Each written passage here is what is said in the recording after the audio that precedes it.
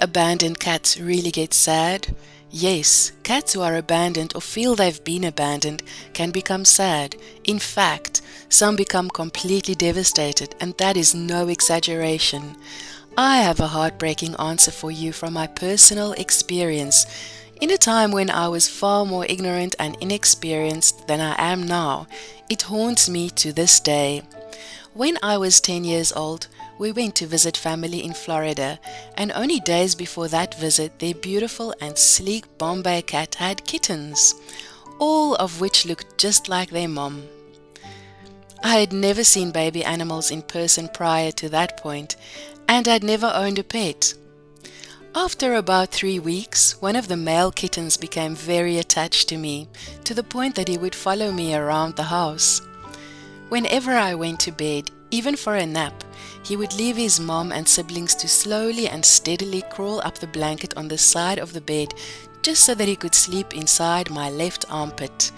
Everyone was amazed by it, and I fell so head over heels in love with this kitten that my parents allowed me to bring him home when our visit was over. I had named him Wobbles because when he became attached to me, he was still learning to walk and was so wobbly. At that time, he also had a very cute and exaggerated butt wiggle when preparing to pounce. As he grew, he became the most loving cat, so affectionate. As an adult cat, instead of sleeping in my armpit, he now chose the crook of my left shoulder and would sometimes very gently nibble on my earlobe, like a kiss. As a boy on the cusp of my teenage years, I couldn't understand what other people meant when they would say that cats were snobs and independent and not as good as dogs. My cat wasn't any of those things. He was very affectionate, loved to be around me, very intelligent, obeyed my commands without ever having been trained, and even played fetch. Somehow, he learned on his own to meow at me to seek permission for certain things, including jumping onto the bed to sleep with me at night, and would patiently sit there waiting and staring at me until I said, "Okay." At the age of 16, I developed a long-distance relationship with an online girlfriend who lived in another state far across the country. I was already in college taking advanced courses at that time, but continued to give constant love and attention to my cat. He was my baby boy. After all, I'd raised him. Even the vet would refer to me as his daddy. When you're 14 or 15 years old, that sounds really cool. After a year of that long-distance relationship, my girlfriend and I made plans for me to visit her when I turned 18. I'd be there for an entire month. That was going to be the first time that I would be away from Wobbles for any significant length of time. He was almost 8 years old, but I was really looking forward to visiting my girlfriend and didn't think there would be any problems. Despite many efforts and gentle bribery, there was nobody who could take care of Wobbles for an entire month. I had already moved away from home and my parents lived in another state.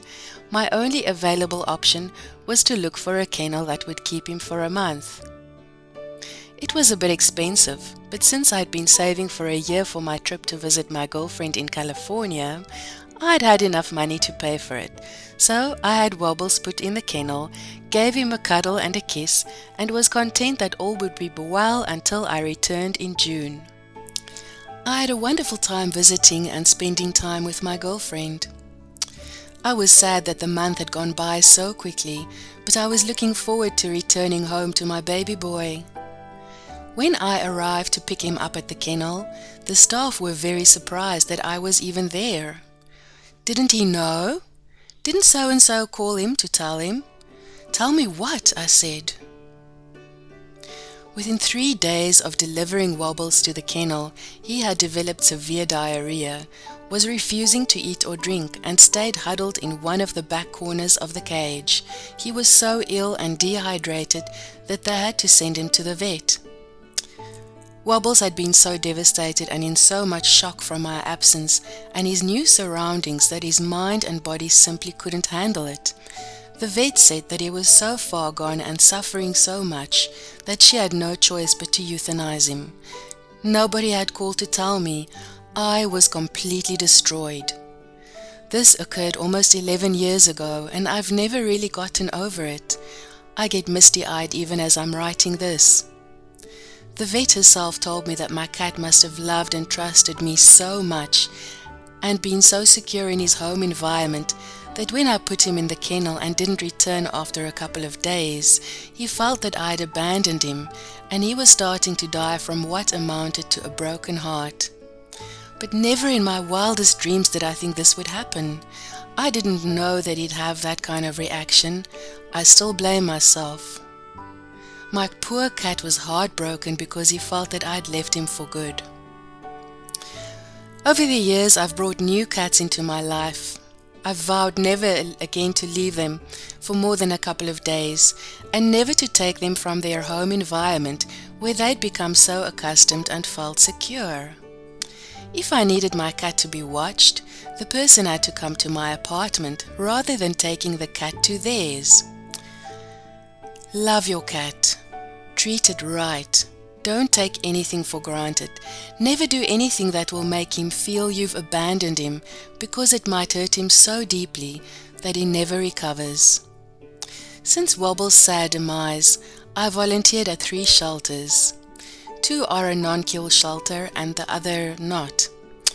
I learned that my experience was not at all unique. I learned from others working in these shelters that cats who believe they've been abandoned commonly react that way.